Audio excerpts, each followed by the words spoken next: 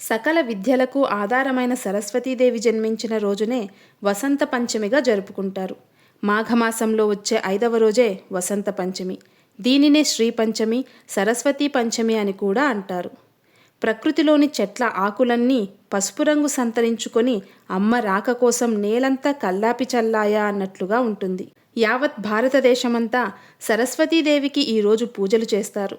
సర్వ విద్యలకు ఆధారం వాగ్దేవే కనుక చిన్న పెద్ద తేడా లేకుండా అందరి పుస్తకాలు, పెన్నులు, సంగీత సాధనాలు, నృత్య సాధనాలు అమ్మవారి దగ్గర పెట్టి ఆరాధిస్తారు. అంతేకాదు, ఈ వసంత పంచమి రోజు మీరు వారం వర్జం ఏమీ చూడకుండా ఏ పనైనా ఆ అమ్మను పూజించి మొదలు పెడితే అందులో మీరు జ్ఞానం పొంది విజయం సాధించడం తథ్యం. ఈరోజు పిల్లలు అక్షరాభ్యాసం చేయటం వల్ల వారు త్వరగా పురోగమనం వైపు పయనిస్తారని, మనసు ఏకాగ్రతతో ఉంటుందని నమ్ముతారు.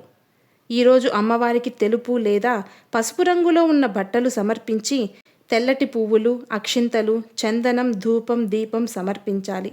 సరస్వతీ పూజా సమయంలో సరస్వతీ వందనం, సరస్వతీ మంత్రాలను పఠించాలి. అమ్మవారికి తెల్ల రంగులో ఉన్న ప్రసాదం సమర్పించాలి.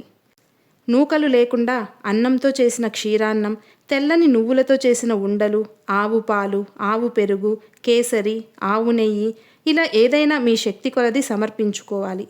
ఏదైనా సరస్వతీ మంత్రాన్ని 21 సార్లు చదివి అమ్మవారికి హారతివ్వాలి.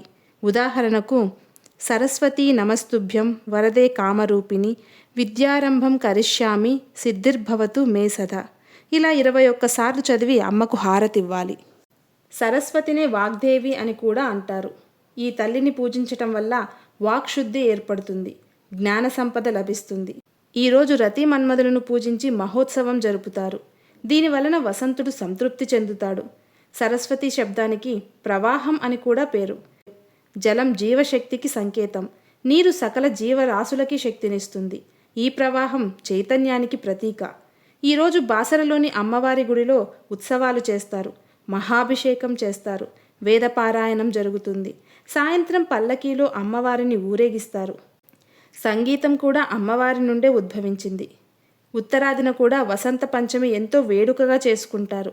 పశ్చిమ బెంగాల్లో సరస్వతీదేవి విగ్రహానికి 3 రోజులు పూజలు చేసి ఆఖరి రోజు గోదావరిలో నిమజ్జనం చేస్తారు. అమ్మవారిని ఏ ప్రదేశంలో ఎలా కొలిచినా ఆ సరస్వతీమాత దీవెనలు మనందరికీ ఎల్లప్పుడూ ఉండాలని కోరుకుంటూ శ్రీమాత్రే నమః.